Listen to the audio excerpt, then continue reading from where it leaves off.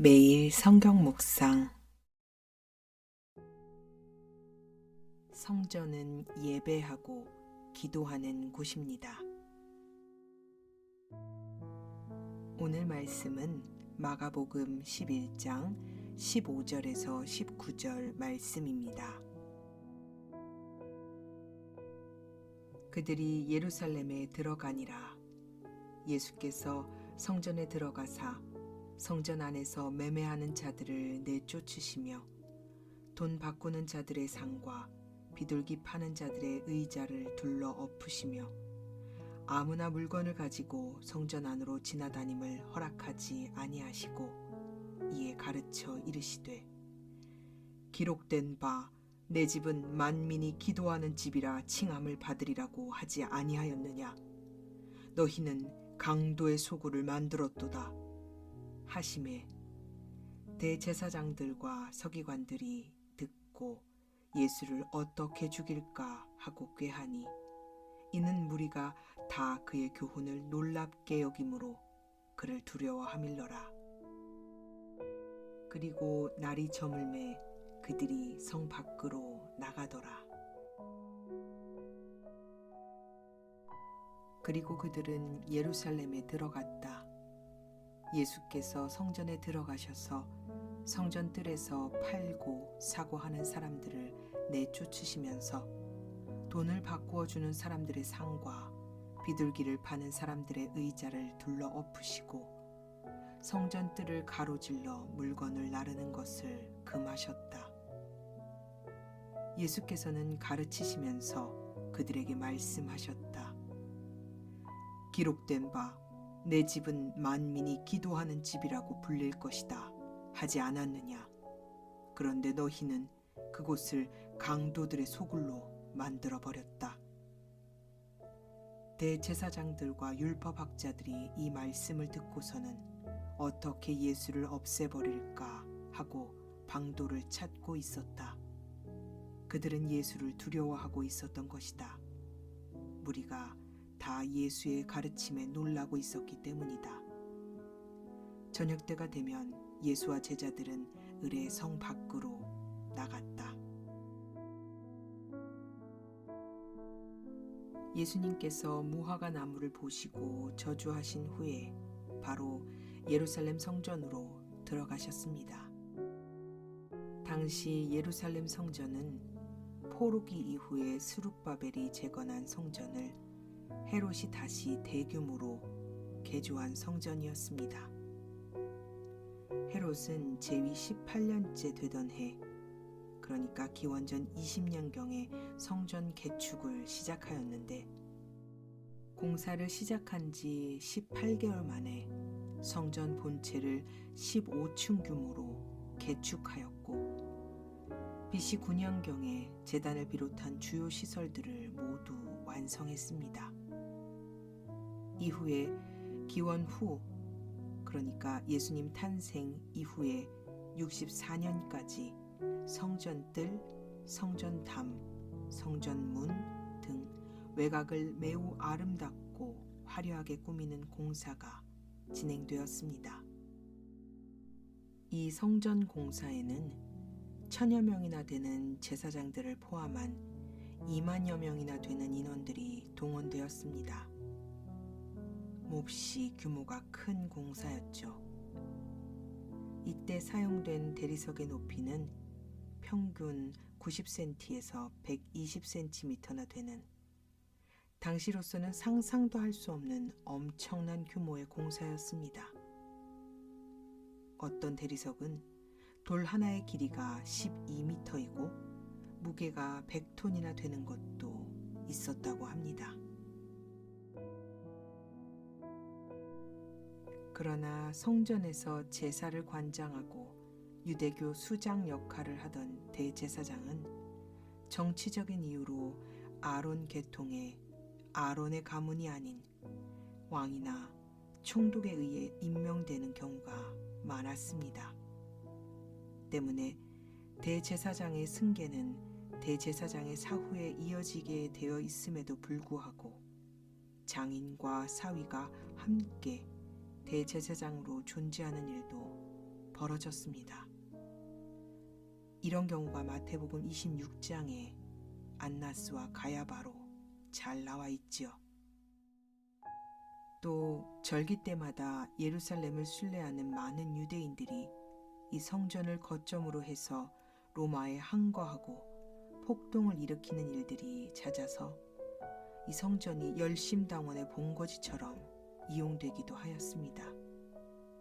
결국 이 화려함을 자랑했던 헤롯의 성전은 기원 후 70년에 로마 장군 티투스가 예루살렘을 함락시키면서 돌 위에 돌 하나도 남지 않을 정도로 철저하게 파괴되었습니다. 80년이 넘는 세월 동안 지어진 성전이 무너진 것은 성전이 완공된 지 고작 6년 뒤의 일이었습니다. 성전에서 드려지는 제사에서 필수적이었던 것은 제사에 쓰이는 희생 제물과 모든 유대인 남자들이 1년에 한 번씩 드리는 성전세 헌금이었습니다. 율법에는 20살 이상의 유대인 남자에게서 반세겔의 세금을 징수하도록 되어 있었는데 이 세금은 전적으로 성전을 유지하고 보수하는 데 그리고 관리하는 데 쓰여졌습니다. 이뿐 아니라 매일 하나님께 드리던 상번제에 필요한 진설병 비용으로도 충당되었습니다. 이 반세겔 동전은 대략 2cm 조금 더 되고 무게는 6g이 넘습니다. 한 세겔은 대략적으로 2.5cm 정도의 크기에 12g에서 14g 안팎의 은을 말합니다. 이 세겔은 두루 지방에서 사용되던 반세겔 은화를 사용했습니다.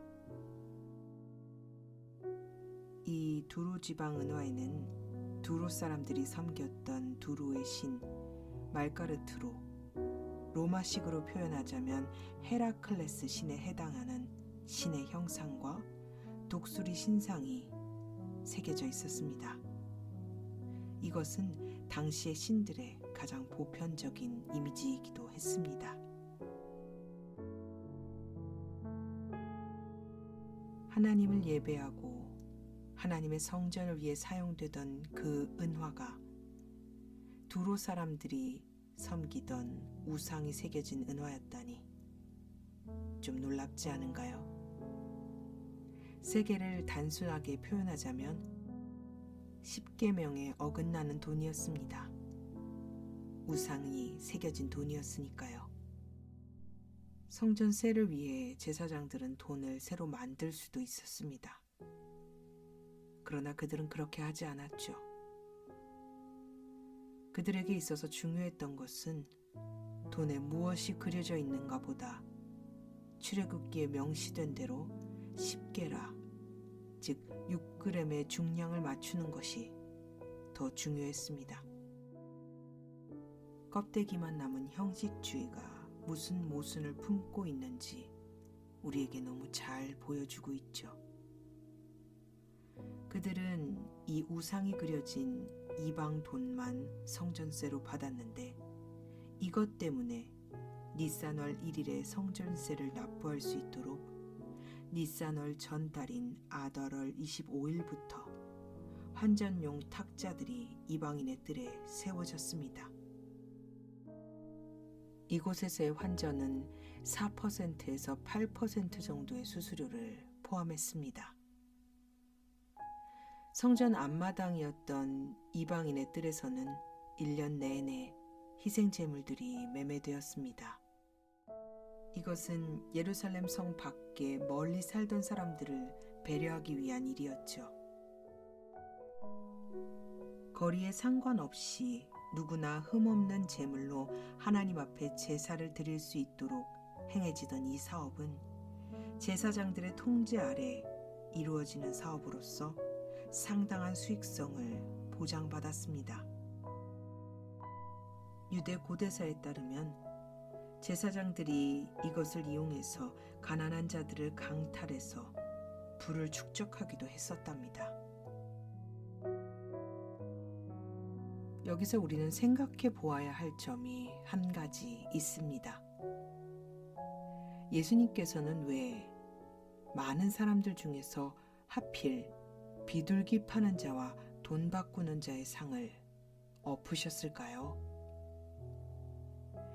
예루살렘에서 멀리 떨어진 곳 갈릴리에 사는 사람이 하나님 앞에 제사를 드리러 흠없는 제물을 길러서 성전까지 데리고 왔다고 생각해 봅시다. 모든 사람은 제사를 드리기 전에 희생 제물을 제사장에게 보여서 그 제물이 흠이 없음을 증명받아야만 했습니다. 그래야만 하나님 앞에 제물로 드릴 수 있었으니까요.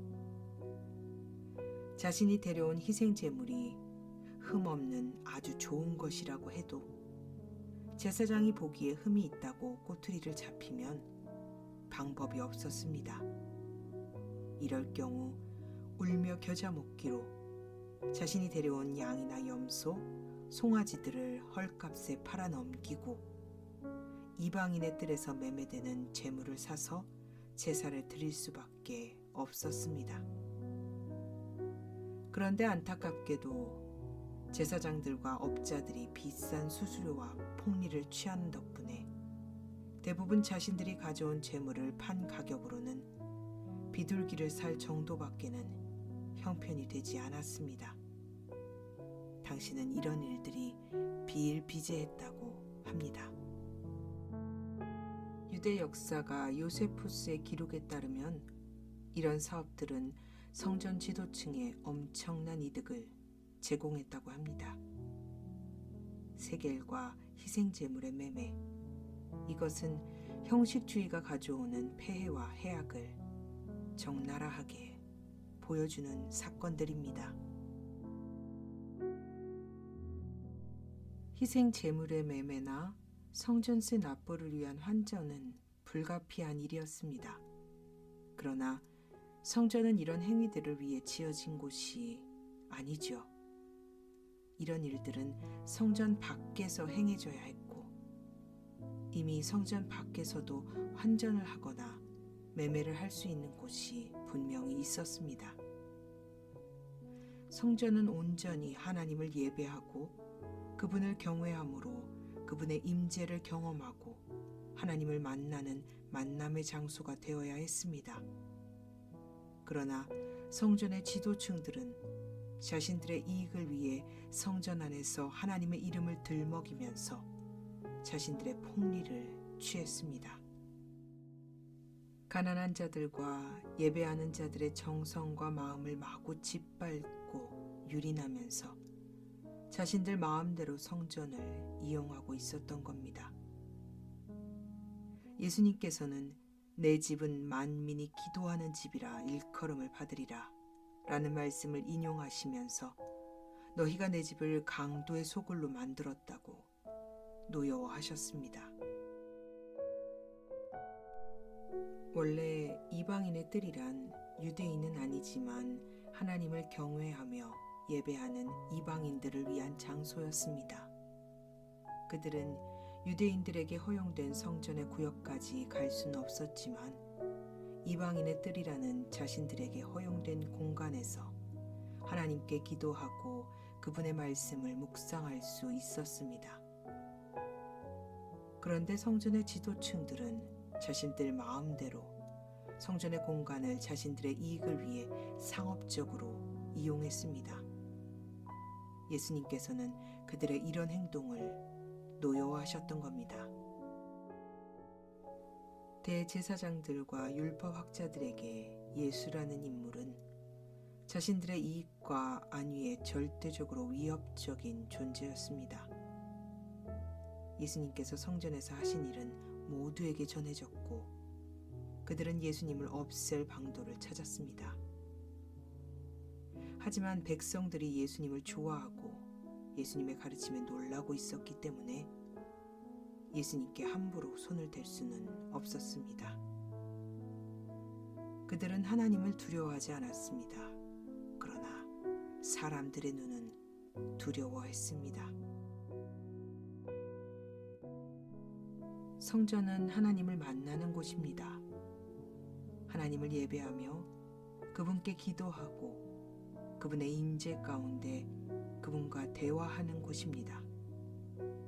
하나님을 사랑하는 사람들 모두가 하나님 앞에 나와 예배하며 그분을 경외하고 그분께 사랑의 고백을 올려드리는 곳이죠. 그런데 하나님을 사랑하지 않고 하나님을 두려워하지 않았던 대제사장들과 율법학자들, 성전의 지도층들은 성전을 자신들 마음대로 자신들의 이익을 위해서 악용했고 이용했습니다. 예수님께서 성전에 들어오시기 전에 무화과 나무에게 이제부터 영원히 내게서 열매를 따먹을 사람이 없을 것이다 라고 저주하신 것은 이들 대제사장들과 율법학자들을 빗대어 이야기하신 것입니다. 하나님을 예배하고 기도하는 곳인 성전을 열매 없이 잎사귀만 무성한 무화과 나무처럼 만들었던 그들. 결국 그 성전은 AD 70년에 돌 위에 돌 하나도 남김없이 다 무너져 버렸습니다. 예루살렘 성전이 무너진 지금 이 말씀은 우리에게 어떻게 적용될까요? 바울은 고린도전서 3장 16절에서 너희는 너희가 하나님의 성전인 것과 하나님의 성령이 너희 안에 계시는 것을 알지 못하느냐 라고 말합니다. 성령께서 우리 안에 거하시면 우리 자신이 성전이라는 겁니다. 우리 각 사람은 성령께서 거하시는 성전입니다. 때문에 우리는 자신 안에 계시는 성령님을 통해 하나님께 기도하고 하나님을 예배하며 하나님을 사랑해야 합니다. 너희는 영혼과 몸을 비롯한 모든 것이 하나님을 예배하며 하나님을 사랑하기 위해 지음받았다고 오늘 본문을 통해 예수께서 말씀하시는 겁니다. 생각해 본 적 있으신가요? 당신이 하나님을 예배하기 위해 지음받았다는 사실 말입니다. 그렇기 때문에 우리는 우리 자신의 정체성을 성령의 임재 속에 하나님을 예배하고 그분을 사랑하며 그분과 교제하기 위해 지음받은 존재로 인식해야만 합니다. 예수님께서 우리 안에 거하시면 하나님을 예배하는 것에 방해되는 모든 것들을 내쫓으시고 둘러엎으시기 시작하십니다. 예수께서 우리 안에 거하시면 그동안 마음대로 살아온 모든 것들이 불편해지기 시작할 겁니다. 아니, 정확하게 말하자면 불편해지는 것이 아니라 그제서야 제자리를 잡아가는 것이죠. 성령께서는 적당히 타협하면서 눈 감아왔던 나만의 상과 의자를 뒤엎으시고 불의를 내쫓으십니다. 어쩌면 우리 안에 있는 모든 것들을 다 내쫓아야 할지도 모를 일입니다. 그런데도 우리는 우리의 욕심과 이익을 내려놓지 못하고 어떻게 하면 주님이 내가 그동안 해왔던 것들을 눈 감아주시고 용인해 주실까 고민하고 방도를 찾습니다. 우리 자신이 성령께서 거하시는 성전인데도 말입니다. 이럴 때 우리는 마치 내 안에 계신 하나님을 경외하고 두려워하기보다는 사람의 눈을 두려워하고 사람을 의식했던 성전의 지도자들과도 같습니다. 진짜 두려워해야 할 분은 하나님이신데 말입니다. 종교적 행위들로 잎사귀만 무성한 무화과 나무는 주님으로부터 저주를 받습니다. 모든 것을 내려놓고 파괴라도 맺을 수 있는 가지로 재탄생하실 겁니까? 아니면 잎사귀만 무성한 쓸모없는 무화과 나무가 되실 건가요? 사랑하는 아버지 하나님, 나 자신이 성전임을 깨닫게 하여 주시옵소서. 주님을 경외하고 예배하는 곳이 나 자신임을 깨닫게 하소서. 방해되는 모든 것들은 예수 그리스도의 이름으로 뒤엎고 내쫓게 하시고 주님이 거하시는 곳으로 새롭게 재탄생하게 하옵소서. 주님, 제가 주님께 기도하는 기도의 집이 되게 하시고 하나님을 사랑하는 성전이 되게 하시며 하나님을 두려워하고 경외할 줄 아는 자가 되게 하여 주시옵소서. 우리 구주 되신 예수님의 이름으로 간절히 기도합니다.